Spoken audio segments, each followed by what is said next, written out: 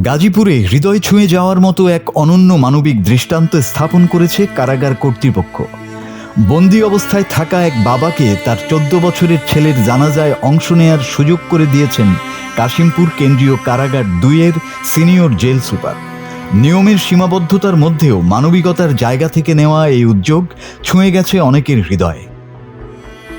গাজীপুরের কাশিমপুর কেন্দ্রীয় কারাগার 2-এ দীর্ঘদিন ধরে বন্দী ছিলেন আনোয়ার পারভেজ। গত 11ই মার্চ আদালত থেকে তিনি জামিন পান, কিন্তু নির্ধারিত সময় পার হয়ে যাওয়ার পরও তিনি কারাগারেই ছিলেন।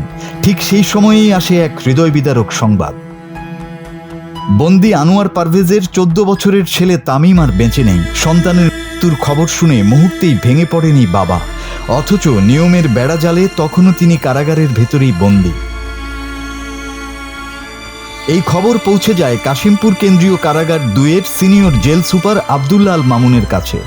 মানবিক দিক বিবেচনায় তিনি কালক্ষেপণ না করে তাৎক্ষণিকভাবে কারা মহাপরিদর্শকের সঙ্গে যোগাযোগ করেন। প্রয়োজনীয় অনুমতি পাওয়ার পর রাত 9টার দিকে বন্দী আনোয়ার পারভেজের মুক্তির ব্যবস্থা করা হয়।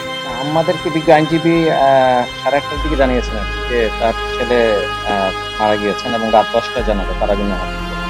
তো বিষয়টি আসলে যেহেতু রাতে জানা যায়, আমরা কালকে সকালে ছাড়লে তো আসলে ছেলের জানাজা পাচ্ছি। মানবিক দিক বিবেচনা আমি আমাদের ডিআইজি মহোদয় এবং এডিশনাল মহোদয়ের সাথে কথা বলেছি। ওনাদের নির্দেশনা পেয়ে আমি মুক্তি প্রদানের ব্যবস্থা করছি যাতে জানা যায়। মুক্তি পাওয়ার পর বাবা ছুটে যান সন্তানের কাছে। শেষবারের মতো ছেলেকে দেখেন, ভিজে উঠে বাবার চোখ। এরপর সন্তানের জানাজায় অংশ নিয়ে বিদায় জানান তার প্রিয় সন্তানকে।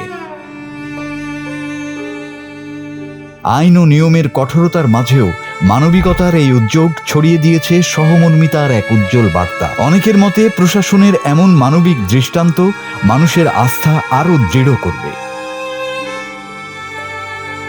Bangla TV news desk.